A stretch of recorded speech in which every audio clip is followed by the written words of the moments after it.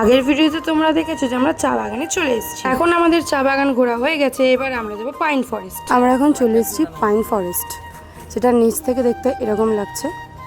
আমরা এখন উঠবো ওই ওপরে, তো সবাই এখানে উঠেছে।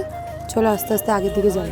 এখানে আসতে দেখলাম এই দিদিটা আমার মতনই ড্রেস পরেছে। এই পাপন কোন লেকে নিয়ে যাচ্ছে কি জানি, জঙ্গলে ঢুকে গেছি আমরা। দুপাশে জঙ্গল, সরু সরু বাঁশ গাছ।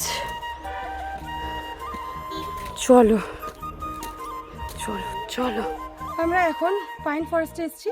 উঠবো ওই লেকে অত দূর, মানে এখানেই আমাদের হয়ে যাচ্ছে। আমরা অনেকটা এসেছি, এখনো যাবো।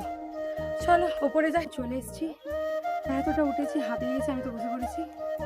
লেকটা অনেকটা বড়ই আছে। এই লেকটাকে বলে পবিত্র লেক।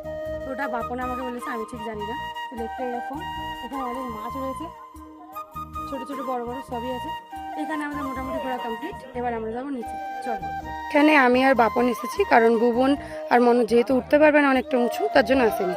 তো অনেকটা উঁচুতেই সত্যি। উপরে এসে দেখলাম এই দিদিটাও আমার মতো ড্রেস পরেছে। ওপর থেকে জায়গাটা খালি দেখো, জাস্ট কতটা সুন্দর লাগছে।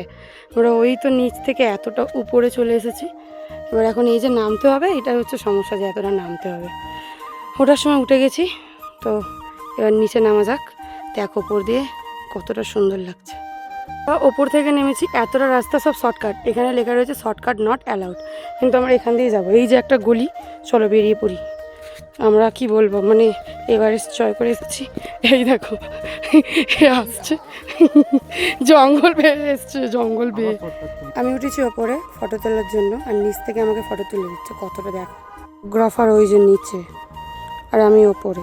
ভুবন আমাকে কিছু স্লো মোশন ভিডিও করে দিচ্ছিল। তো ভিডিওটা এই পর্যন্ত কেমন লাগে জানি। নেক্সট ভিডিও থাকবে পরের পার্ট।